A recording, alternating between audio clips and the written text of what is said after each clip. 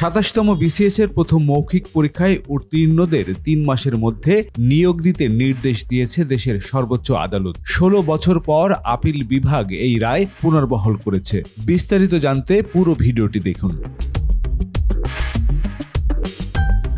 ২৭তম BCS এর প্রথম মৌখিক পরীক্ষায় উত্তীর্ণ হয়ে নিয়োগ বঞ্চিত ১১৩৭ জন চাকরি প্রার্থী অবশেষে সুবিচার পেলেন। আজ বৃহস্পতিবার প্রধান বিচারপতি সৈয়দ রেফাত আহমেদের নেতৃত্বাধীন ৫ সদস্যের আপিল বেঞ্চ ২০০৯ সালে হাইকোর্টের রায় পুনর্বহাল করেন। দীর্ঘ ১৭ বছরের আইনি লড়াই শেষে এই রায়ে বলা হয়েছে ৩ মাসের মধ্যে নিয়োগ বঞ্চিতদের চাকরিতে নিয়োগ দিতে হবে এবং তারা ধারণাগত জ্যেষ্ঠতা সহ ২৭তম বিসিএস ব্যাচের অংশ হিসেবে গণ্য হবেন। এর আগে ২০০৭ সালে প্রথম মৌখিক পরীক্ষায় উত্তীর্ণ ৩,৫৬৭ জনের ফল বাতিল করা হয় এবং ২০০৮ সালে দ্বিতীয় মৌখিক পরীক্ষায় নেওয়া হয়। পরে চাকরিতে প্রবেশের আগেই ১,১৩৭ জনকে বাদ দেওয়া হয়।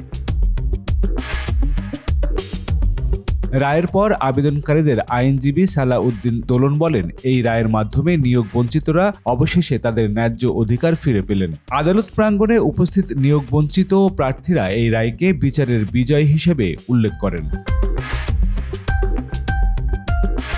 সরকারি কর্ম কমিশন পিএসসির পক্ষে শুনানি করেন আইনজীবী মোহাম্মদ খালেকুজ্জামান ভূঁইয়া, আর রাষ্ট্রপক্ষে ছিলেন আইনজীবী অ্যাটর্নি জেনারেল অনিক আর হক। আজ বর্তমান সরকারের কাছে আবেদন জানাই, এই দেশের ছাত্র জনতা এবং শত শত শহীদদের রক্তের বিনিময়ে যে নতুন স্বাধীন বাংলাদেশ নামক রাষ্ট্রটি পেয়েছি, সেটির যথাযথ ব্যবহার করে আমাদেরকে নতুন স্বাধীন বাংলাদেশের সেবা করার জন্য দ্রুততম সময়ের মধ্যে নিয়োগ দেওয়ার জন্য আবেদন করছি। আপনার প্রতিক্রিয়াটা বলেন। আমার প্রতিক্রিয়া, আপনারা জানেন সেই সময়কার বেশি সরকার আমাদেরকে গলা টিপে হত্যা করা হয়েছিল। আমরা এই রায়ে সন্তুষ্ট এবং আমরা আমাদের অধিকার ফিরে পেয়েছি এবং আমরা যেটা দেখেছি যেখানে যেই কোর্টে অবিচার হতো সেই কোর্টে আজকে ন্যায় বিচার ফিরে এসেছে এবং মাননীয় বিচারকগণ ন্যায় বিচার প্রতিষ্ঠা করেছেন। আমরা আশা রাখছি এর ধারাবাহিকতা থাকবে এবং আমরা আমাদের অধিকার অচিরেই ফিরে পাবো এবং নির্দিষ্ট সময়ের ভিতরে নিয়োগ পাবো।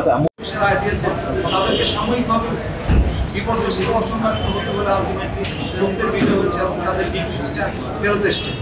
সেই সঙ্গে বাংলাদেশের সাধারণ গরিব মানুষের ছেলেরা যারা বিসিএস দেওয়ার স্বপ্ন নিয়ে বিশ্ববিদ্যালয়ে ভর্তি হয়, তাদেরকে আর পলিটিক্যাল কনসিডারেশনে এইভাবে বাদ হতে হবে। দ্বিতীয় হলো ন্যায় বিচার যা হারিয়ে যাচ্ছিল তা আবার প্রতিষ্ঠিত হলো ইনশাআল্লাহ। আপনাদের সবাইকে ধন্যবাদ। দেশের সর্বোচ্চ আদালতের এই রায়ের ফলে নিয়োগ বঞ্চিতদের স্বপ্ন পূরণের পথ সুগম হল। দেখা যাক সরকার কত দ্রুত এই রায় কার্যকর করে। ডেস্ক নিউজ, বাংলা খবর।